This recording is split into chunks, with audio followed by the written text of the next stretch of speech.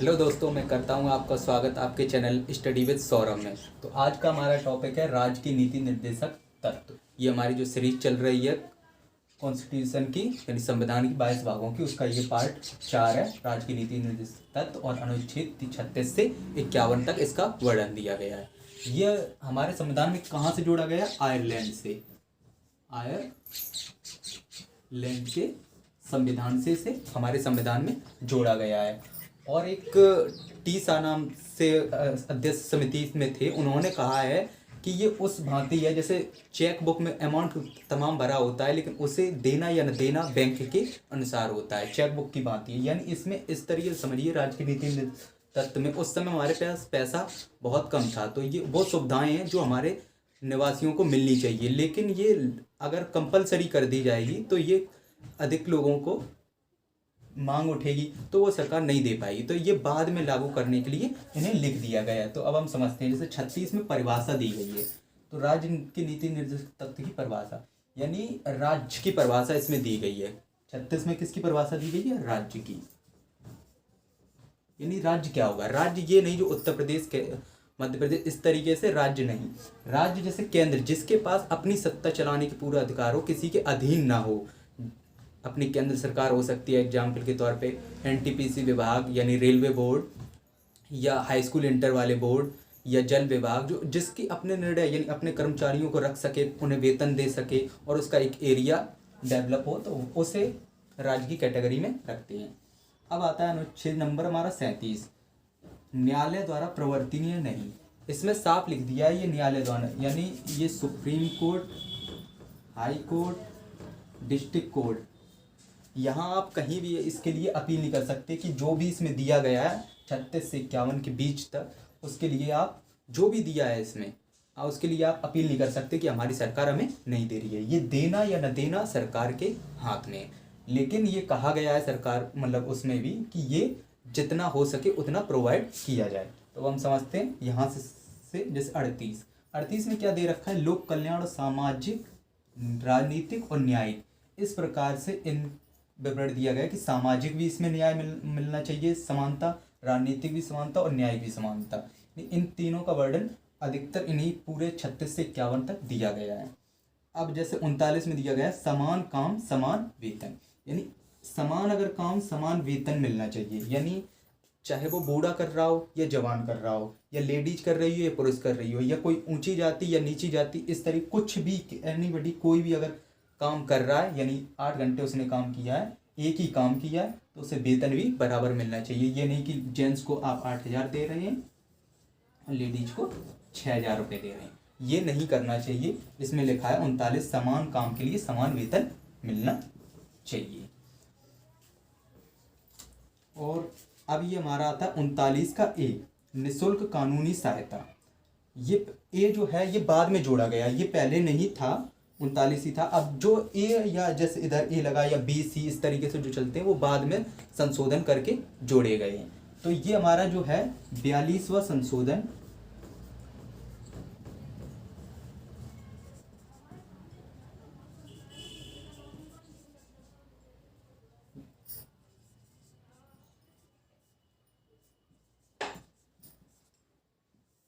बयालीसवां संशोधन 1976, ये कब जोड़ा गया है? 42वां संशोधन 1976 के माध्यम से निःशुल्क कानूनी सहायता दी जाएगी। निःशुल्क कानूनी सहायता मतलब जैसे पुलिस में आप रिपोर्ट लिखाते हैं, या जो चोर हमारे घर पे चोरी हो गई तो आप पुलिस को रिपोर्ट लिखते, उसके लिए आपको कोई पैसा नहीं देना पड़ता, हालांकि ले लिया जाता है, वो लीगल नहीं है, लेकिन जो इसमें लिखा गया है वो आपको हर सुविधा, सरकारी हाई कोर्ट में आप केस लड़ने जाते तो वहाँ आपको किसी प्रकार का वो पैसा नहीं लगता है, वो बस केवल चार्ज लगते हैं कि इसका लग रहा है या उसका लग रहा है वकील रखने का। तो जो भी सुविधाएं आपको मिलती हैं, पुलिस की सहायता मिलती है, वो सब निःशुल्क मिलती है। अब ये हमारा आता है 40, ग्राम पंचायत। तो ग्राम पंचायत में क्या हो ये उसमें डाला गया था, पहले हमारे संविधान में ये लागू नहीं थी, अब हमारे संविधान में ये लागू। ये पूछ लिया जाता है कि ग्राम पंचायत किस अनुच्छेद से संबंधित है, तो आर्टिकल नंबर 14। तो ये हर आर्टिकल को आपको याद रखना है। अधिकतर आपको जो इससे पहले वीडियो मूल अधिकार दिए गए थे उसके आर्टिकल और इसके राज्य के नीति निर्देशक तत्व के आर्टिकल जरूर याद होने चाहिए, किस आर्टिकल में क्या, ये अधिकतर पूछा जाता है। इसके बाद आता है हमारा 41 में क्या कहा गया, कुछ दशाओं में सरकारी सहायता, यानी सम कंडीशन में सरकारी सहायता, यानी जैसे कोई विकलांग व्यक्ति है या बूढ़ा वृद्ध हो चुका है तो उसे पेंशन के माध्यम से भत्ता देकर उसकी निर्वाह योग्य उसका चल सके संचालन, इसलिए इसमें सरकारी सहायता उसे प्रदान करनी चाहिए, या शिक्षा में उसे थोड़ा बहुत सहायता देनी चाहिए जो आगे वो ग्रोथ कर सके।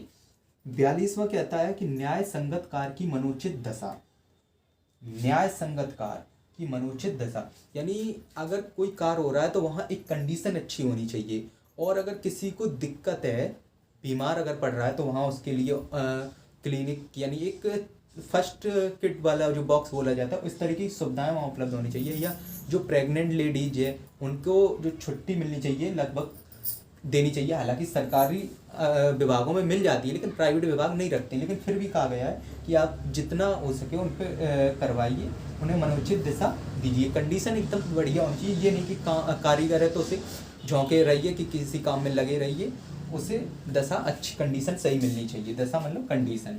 43 क्या कहता है, निर्वाह योग्य मजदूरी, ये और ये मिलते जुलते हैं। यहाँ पे समाज दिखाया जा रहा है जिसमें कहा है सामाजिक राजनीतिक यानी न्याय, ये राजनीतिक हो गया। इसी प्रकार ये 3 का विवरण दिया गया है।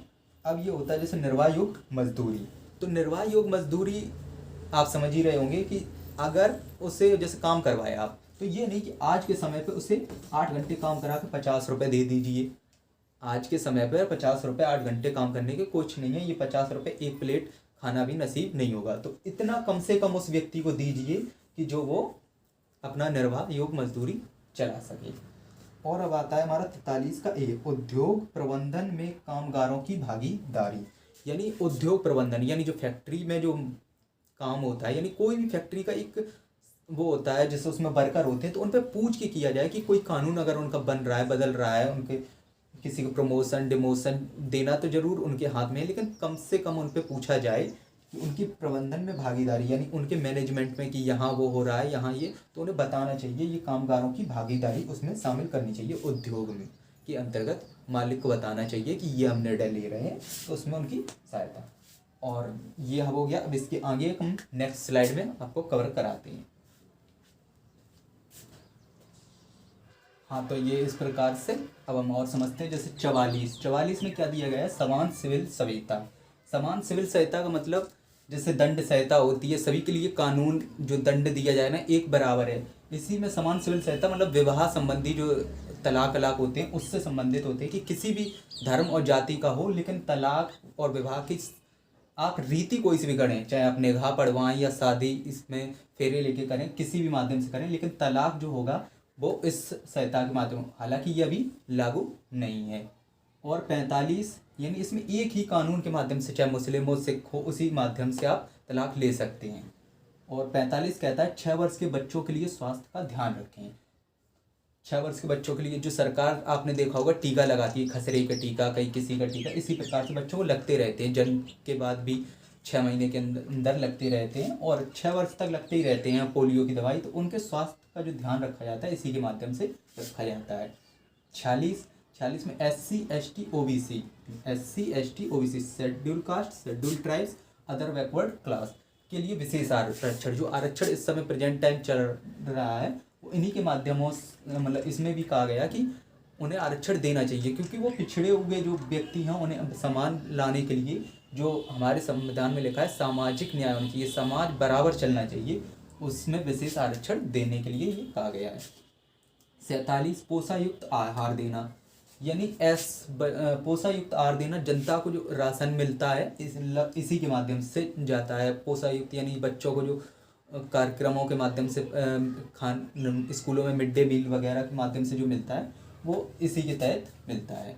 और ये 48 कहता है कृषि व पशुपालन का संरक्षण। इसमें कृषि व पशुपालन यानी जो अपनी कृषि है उनका संरक्षण करना चाहिए, पशुपालन गाय भैंस जानवरों का संरक्षण करना चाहिए, उन्हें व्यर्थ न, इसी के तहत गाय को जो रोक लगाई गई है यूपी में इसी के तहत लगाई गई है। और 48 का ए, पर्यावरण का संरक्षण। ए तो ये बाद में जोड़ा गया है संविधान में, ये कब जोड़ा गया, वही अपना 42वां संशोधन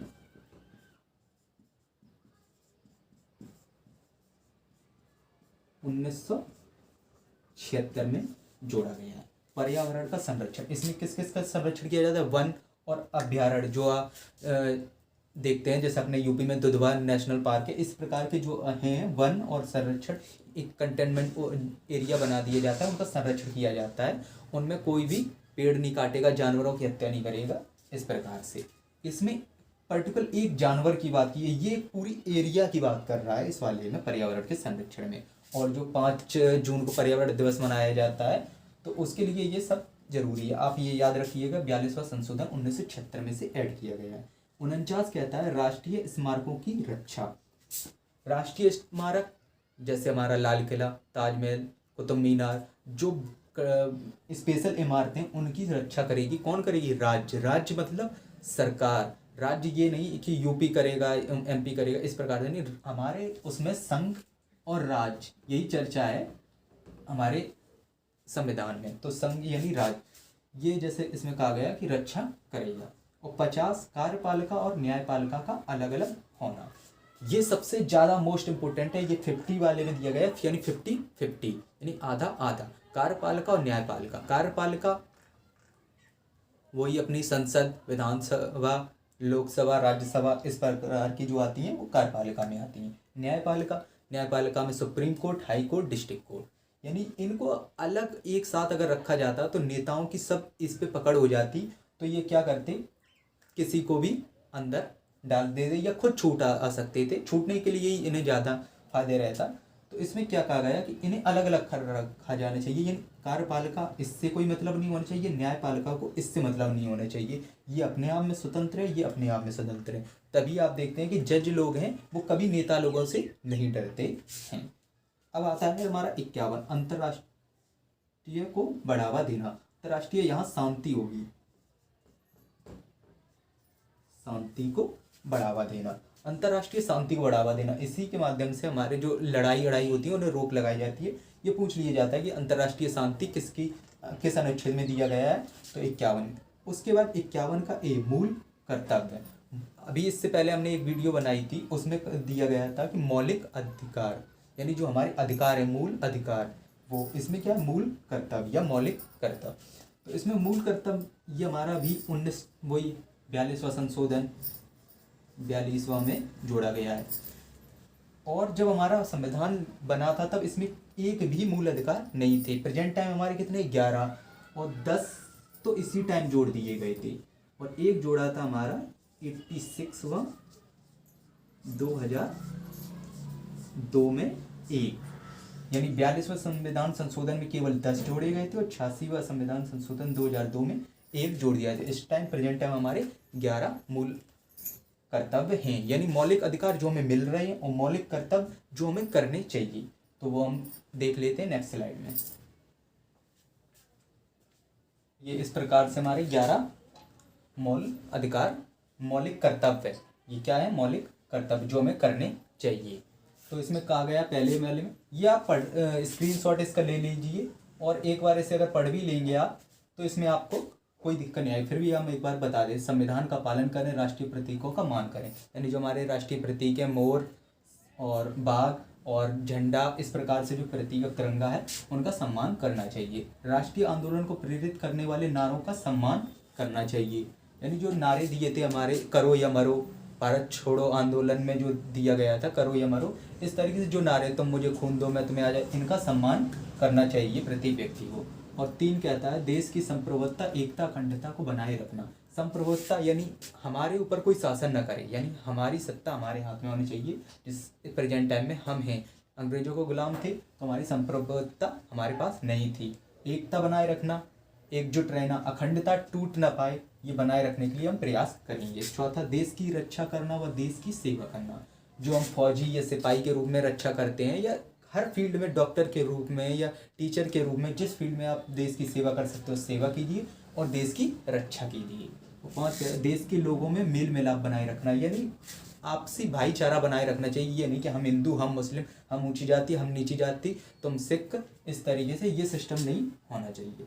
6वां कहता है देश की समृद्धि व गौरवपूर्ण समृद्धि को बनाए रखना, यानी जो देश की इज्जत है, एक कह सकते हैं रिस्पेक्ट है बाहर देशों में, उसे हमेशा बनाए रखना, उसकी रिस्पेक्ट को गिराना नहीं है। यानी आप जितने अच्छे काम करेंगे उतनी देश की नाम होगा कि उस देश के व्यक्ति ने ये काम किया है, उसकी गौरवपूर्ण समृद्धि की रक्षा करना।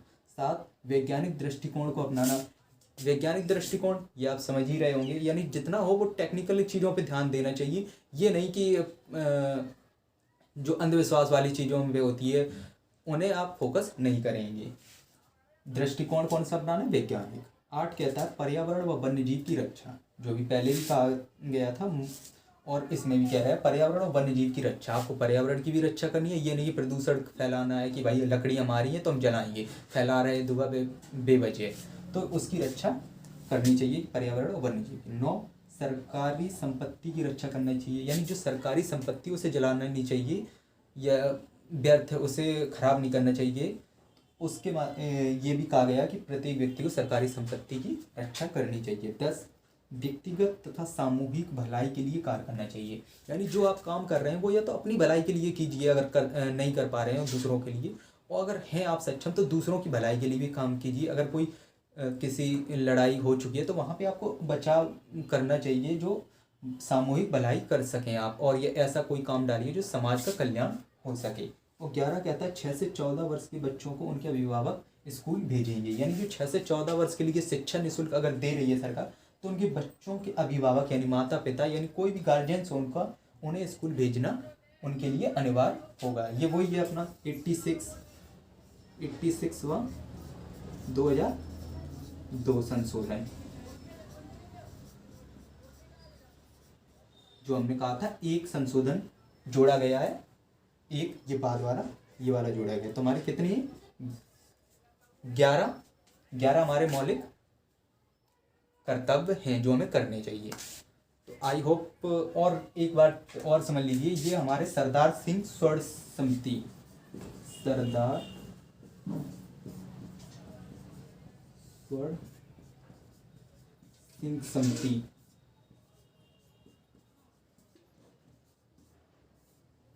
के माध्यम से ये हमारे जोड़े गए थे, जो 10 जोड़े गए थे, और उसके बाद ये बाद में भी जोड़ा गया है।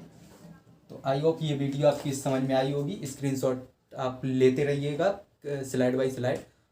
तो मिलते हैं हम नेक्स्ट वीडियो में, और चैनल को सब्सक्राइब जरूर कर लीजिएगा। वीडियो अगर पसंद आई हो तो उसे लाइक कीजिएगा, शेयर कीजिएगा, सब्सक्राइब कीजिएगा। Thanks for watching.